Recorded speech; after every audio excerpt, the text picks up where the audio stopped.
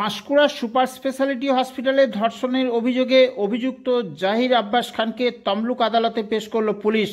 একই সঙ্গে হসপিটালের সুপারের বদলি চেয়ে বিক্ষোভ দেখালো স্বাস্থ্যকর্মীরা। পূর্ব মেদিনীপুর জেলার পাঁশকুড়া সুপার স্পেশালিটি হসপিটালে একাধিক মহিলা স্বাস্থ্যকর্মীকে ধর্ষণ করে বলে গতকাল পাঁশকুড়া থানায় বেসরকারি সংস্থার ফ্যাসিলিটি ম্যানেজার জাহির আব্বাসকে গ্রেপ্তার করে পুলিশ।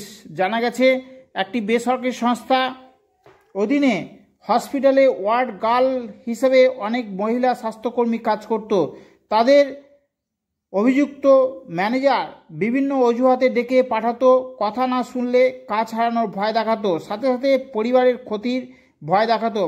গত 14 সেপ্টেম্বর এক অজুহাতে এক মহিলা স্বাস্থ্যকর্মীকে ডেকে ওই ম্যানেজার ধর্ষণ করে বলে অভিযোগ এবং মুখ বন্ধ রাখার জন্য ভয় দেখানো হয়। গতকাল ঘটনা জানাজানি হতেই হাসপাতালের মধ্যে ক্ষোভে ফেটে পড়ে অন্যান্য স্বাস্থ্যকর্মীরা। এই ঘটনা সম্পর্কে অভিযোগকারী মহিলা ও হাসপাতালের নিরাপত্তা সম্পর্কে সুপারিনটেনডেন্ট আজ দুপুর 12:30 নাগাদ কি বলল শুনুন। সুপারের বদলি চাই, বদলি চাই, বদলি চাই। জাহির আব্বাসের মৃত্যু চাই, মৃত্যু চাই, মৃত্যু চাই। ফাঁসি চাই, ও ফাঁসি চাই। ফাঁসি চাই, ফাঁসি চাই, ফাঁসি চাই, ফাঁসি চাই, ফাঁসি চাই। বলছি, আপনার বিরুদ্ধে ধর্ষণের অভিযোগ করা হচ্ছে, কি বলবেন? কতদিন ধরে এসব চক্রান্ত করেছে?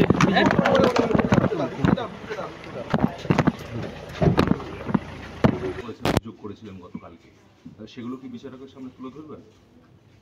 সব কোর্টে গিয়ে বলবো। ওনার কি হাসপাতালের মধ্যে দাদাগিরি চলতো? হ্যাঁ, ওরকমই চলতো। কিরকম দাদাগিরি করতো? আমাদেরকে খুব টর্চারিং করতো।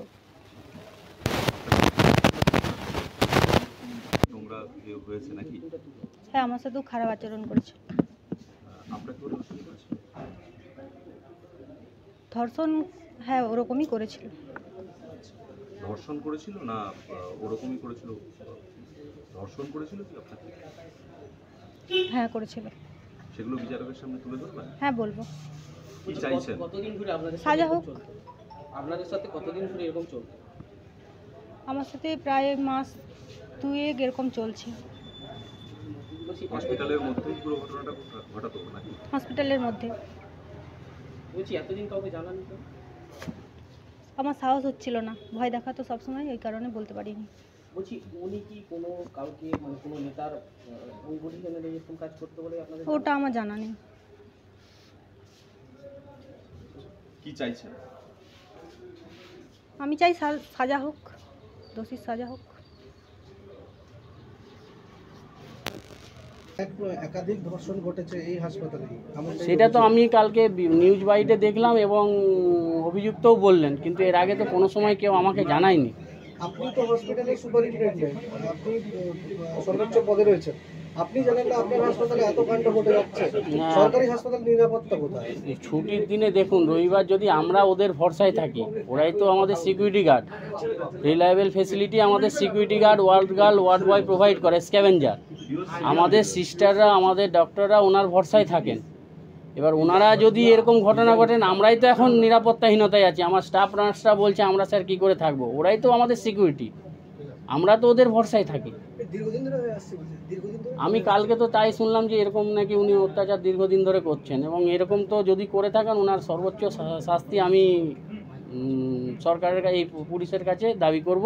এবং আমি কালকে আইসি সাহেবকে জানিয়েওছি যে আপনি ইমিডিয়েট অ্যাকশন নিন, আমার এরকম এমপ্লয়ির সঙ্গে নাকি এরকম ঘটনা ঘটেছে, এবং বলার সাথে সাথেই উনি অ্যারেস্ট করেছেন।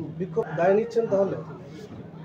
দায় বলতে, যদি আমার কোনো ভুল হয়ে থাকে সেটা বিচার হবে, ইনভেস্টিগেশন করবেন। যদি আমার কিছু ভুল থাকে ধরা পড়লে, আমি দেখুন, বাড়ির যে হেড তার তো দায় হবে। আমার হসপিটালে একটা এত খারাপ ঘটনা ঘটে গেল, আমার তো অবশ্যই খারাপ লাগছে। আমার একটা এমপ্লয়ির সঙ্গে এরকম ঘটনা ঘটেছে, আমার খারাপ লাগবে না? সেটা আমি জানি না। উনি এখানে প্রভাবশালী অবশ্যই ছিলেন।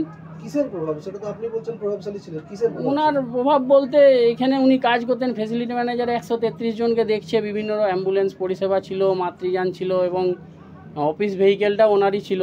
ডক্টর কৌশিক ধল, সুপারিনটেনডেন্ট, পাঁশকুড়া SSI। আপনার উপরেও কি প্রভাব?